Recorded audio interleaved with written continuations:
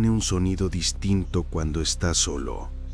No son fantasmas, no son sombras. Es ese instante en que el silencio se rompe y te das cuenta de que no eres el único que respira en la oscuridad.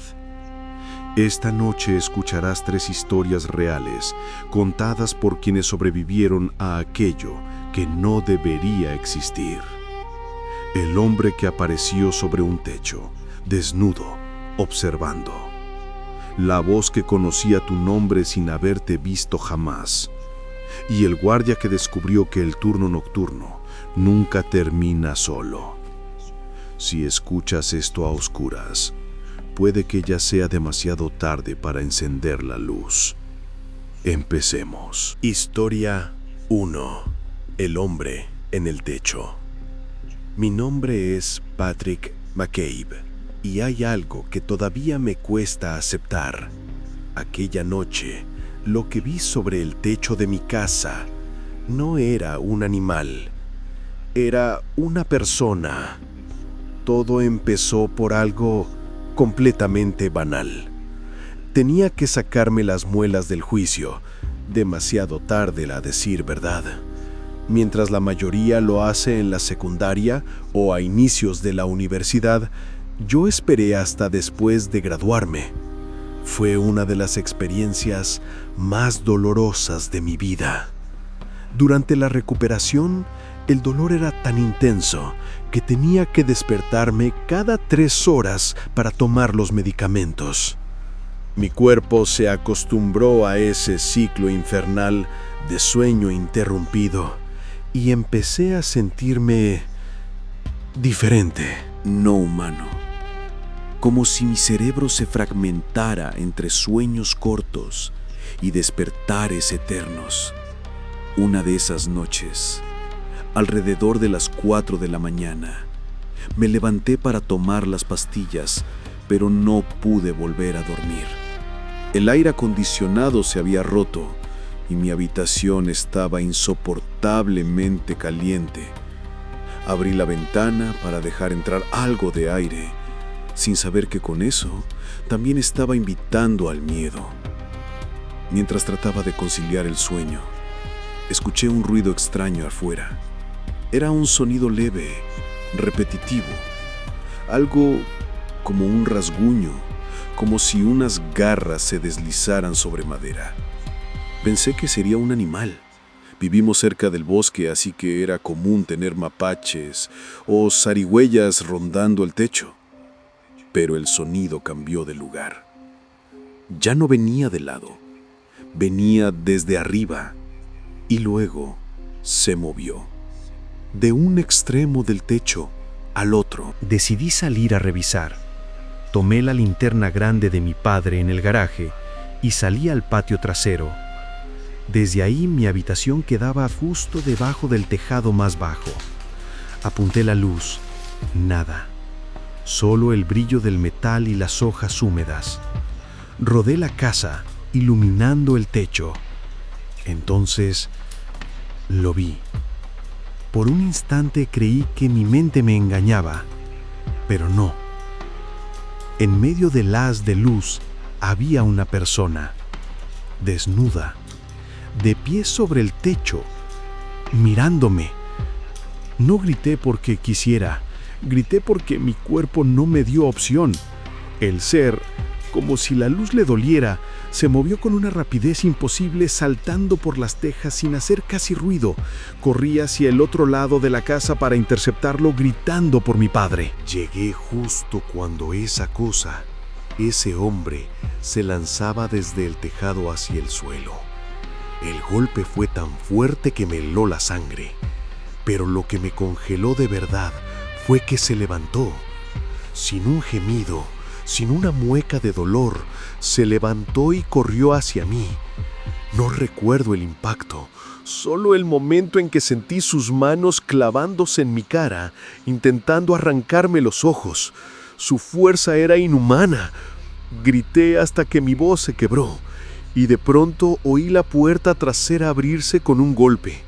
Mi padre salió corriendo y lo apartó de mí. Apenas tuve tiempo de ver cómo el atacante, cubierto de mi sangre, se soltaba de su agarre y huía hacia el bosque. Nunca lo atraparon. Esa noche terminé en el hospital, con cortes y golpes. La policía dijo que probablemente era un vagabundo bajo sustancias. Pero nadie puede moverse así. Nadie sobrevive a una caída así. Mi madre fue quien más lo sufrió. Desde entonces instaló cámaras, cerraduras nuevas y luces por toda la casa. Pero a veces, en noches de insomnio, aún escucho ese rasguño sobre el techo. Y me pregunto, ¿si realmente se fue? Historia 2. La figura detrás de la puerta. Me llamo Ben, y esto ocurrió cuando tenía 19 años. Vivía solo por primera vez, en un pequeño apartamento en las afueras de la ciudad. No era nada especial. Un espacio viejo, con paredes delgadas, mala calefacción y una sola ventana que daba a un pasillo exterior mal iluminado. Pero era mío y me gustaba sentir que por fin era independiente. Todo iba bien hasta que empezaron los ruidos, pequeños golpes en la noche, pasos lentos que parecían venir del pasillo.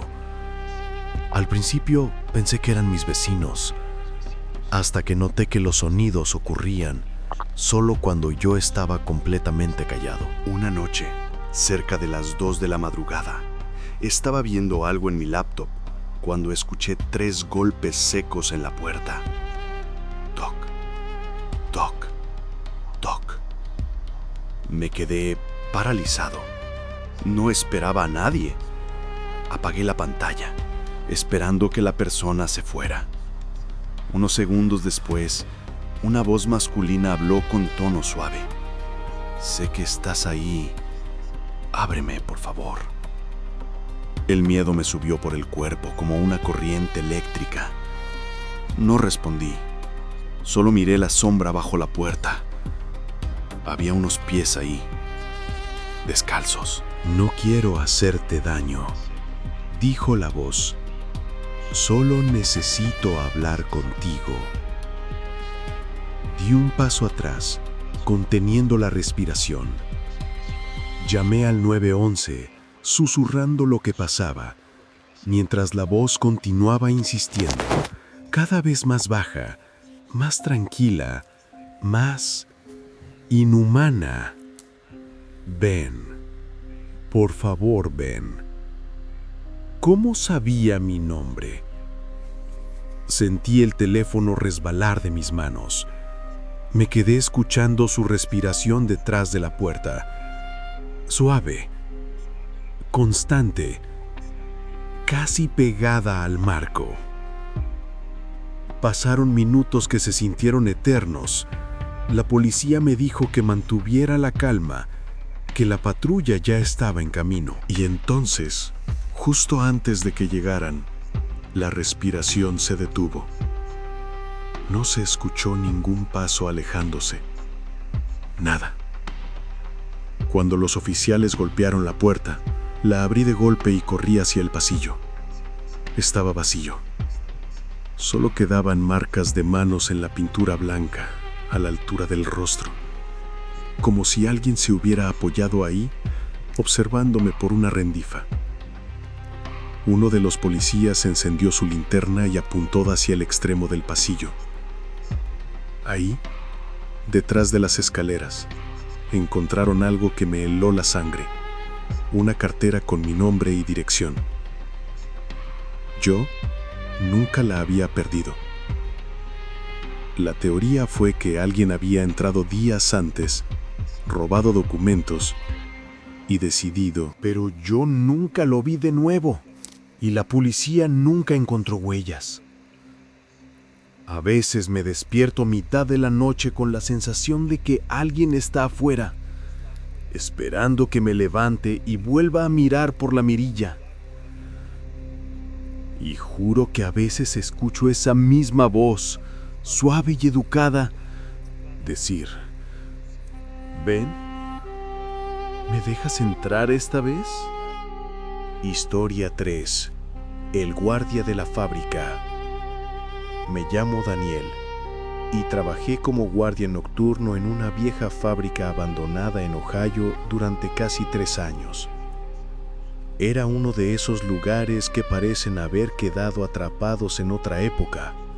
Pasillos largos, máquinas cubiertas de polvo, el eco de los pasos rebotando en paredes oxidadas. Pagaban bien, pero todos los que habían estado antes que yo renunciaron. Nunca decían por qué. Las primeras semanas fueron tranquilas. Mi turno empezaba a las 10 p.m. y terminaba a las 6 a.m. Caminaba por los mismos pasillos, revisaba puertas, bebía café y escuchaba música en el viejo radio del puesto de seguridad. Pero todo cambió una noche de invierno. Eran casi las 2 a.m. El viento golpeaba las ventanas y yo estaba sentado revisando los monitores de seguridad. Normalmente no mostraban nada hasta que uno de ellos parpadeó. La cámara del pasillo norte mostraba movimiento. Una sombra cruzó frente al lente. Pensé que era un reflejo o un insecto, pero entonces volvió a aparecer, más clara. Una figura humana caminando lentamente hacia la cámara. No podía ver detalles, solo el contorno. Alto, delgado. Y lo más inquietante, las luces del pasillo estaban apagadas, pero la cámara lo mostraba demasiado nítido, como si emitiera su propia luz. Tomé mi linterna y fui a revisar. El aire en ese pasillo estaba helado. Cada paso sonaba como un golpe seco en el suelo metálico.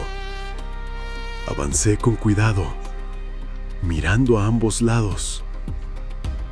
Nada, pero entonces escuché un sonido, un silbido bajo, como si alguien tarareara una canción antigua, y venía desde la zona de ensamblaje, justo al final del corredor. Caminé hacia allí, el haz de mi linterna temblando con mi pulso. El silbido se detuvo. Silencio absoluto. Dije, ¿hay alguien ahí? Nada. Al girar para volver, sentí una ráfaga de aire frío detrás de mí. Apunté la luz y por un instante vi algo que me paralizó. Una figura de pie entre las máquinas. Su piel, o lo que fuera, era pálida, casi gris, y sus ojos parecían reflejar la luz, no recibirla, como los de un animal en la oscuridad. No movía la cabeza, pero sabía que me miraba. Retrocedí lentamente, sin dejar de apuntar. No quería correr, no quería provocarlo, pero justo cuando llegué a la puerta, las luces del pasillo se apagaron. Todo negro.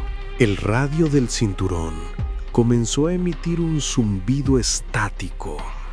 Una voz distorsionada, apenas audible, dijo: «No estás solo aquí».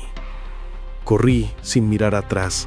Llegué al puesto de seguridad, cerré con llave y observé las cámaras.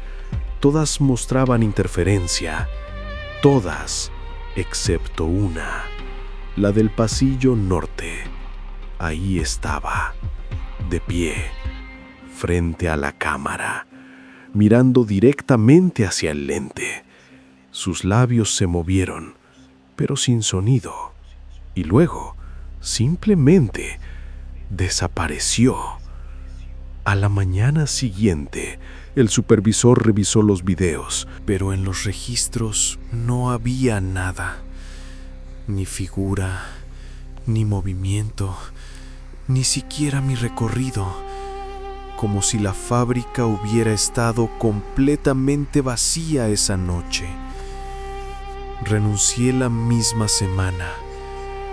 A veces paso por el lugar en auto y veo las luces interiores parpadear, aunque el edificio lleva años cerrado. Y en el fondo, juro que escucho ese mismo silbido, siguiendo el ritmo del motor de mi coche. Hay algo en la noche que nunca duerme. Quizá vive en los techos, detrás de las puertas o entre las sombras de una fábrica olvidada. Pero está ahí, observando, esperando. Y cuando el silencio vuelva esta noche, recuerda, lo que más miedo da es lo que sabías que estaba ahí, pero fingiste no escuchar. Gracias por quedarte hasta el final.